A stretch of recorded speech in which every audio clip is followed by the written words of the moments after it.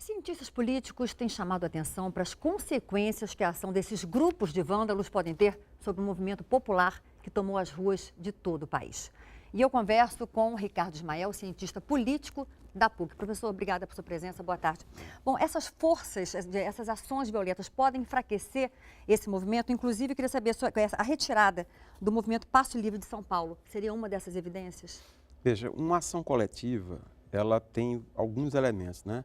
Ela precisa de algum foco, ou precisa de alguma proposta mobilizadora.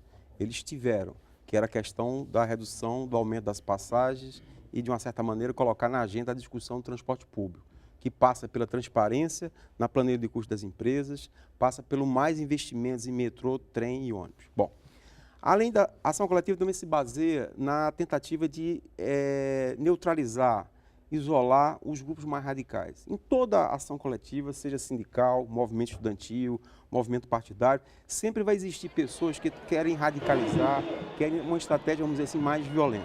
Então, a capacidade de neutralizar isso é necessária.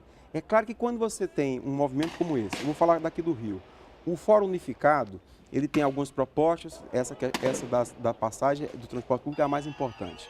Ele tem tido dificuldade de neutralizar esses grupos, porque como o movimento é muito grande, 100 mil na segunda-feira, ontem 300 mil, grupos, 200, 300 pessoas que se reúnem, que estabelecem um alvo, alguma coisa, isso é difícil de controlar.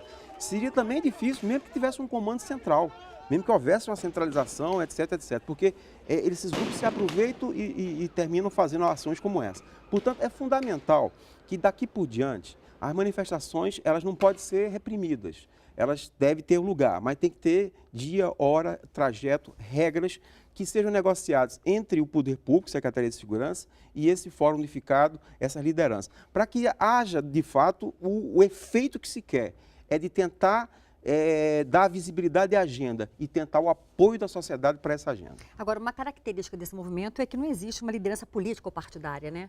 Isso poderia também enfraquecer, quer dizer, ele teria fôlego para se sustentar por muito tempo esse movimento? Pronto, esse é um ponto fundamental no debate, né? Quer dizer, eu tive agora de manhã participando de um programa de rádio com um dos participantes desse Fórum Unificado, Tadeu Lemos, que é do DCE da FRJ. Então ele diz assim, eu não sou contra partidos, eu não sou contra o legislativo nem o executivo. Eu sei perfeitamente que é preciso que o legislativo, que o executivo tenham políticas públicas, possam, para poder resolver o problema do transporte público. Só que o fórum é um movimento social. Ele não quer receber ordens de um partido político. Ele não quer ser controlado por um partido político. Ele quer dialogar com os partidos políticos. É diferente. Então, eu diria o seguinte, de imediato, quando se foi às ruas para tentar a suspensão do aumento das passagens, os partidos não estavam presentes. Os partidos não apoiaram esse movimento inicialmente.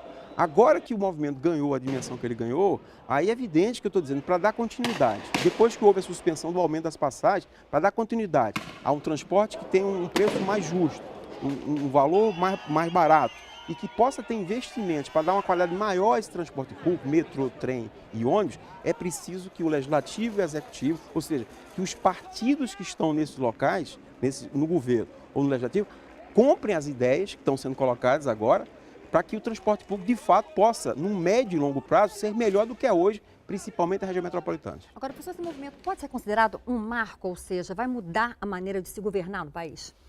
Veja, um movimento com essa repercussão e com essa visibilidade, ele redefine a agenda do país, né? Porque ele introduz novas questões. Por exemplo, como a gente está dizendo aqui, o transporte público. Nos últimos anos, a gente diminuiu o imposto sobre o carro, a gente estimulou a compra de carro em 5, 6 anos, a gente subsidiou, ou seja, congelou o preço da gasolina, quer dizer, estimulou o automóvel particular, ao invés de concentrar no transporte público. É hora de reorientar essa prioridade. Isso já vem do próprio movimento. Essa questão dos gastos com os estádios da Copa, é evidente que o Brasil vai estar sediando a Copa, precisa construir estádios, mas é preciso mais transparência. É preciso que haja uma prestação de contas desses gastos que foram feitos. Rapidamente, o secretário de Segurança Pública, José Mariano Beltrame, disse que existe a possibilidade de chamar o Exército caso seja necessário. O que você acha disso? Seria lamentável, né?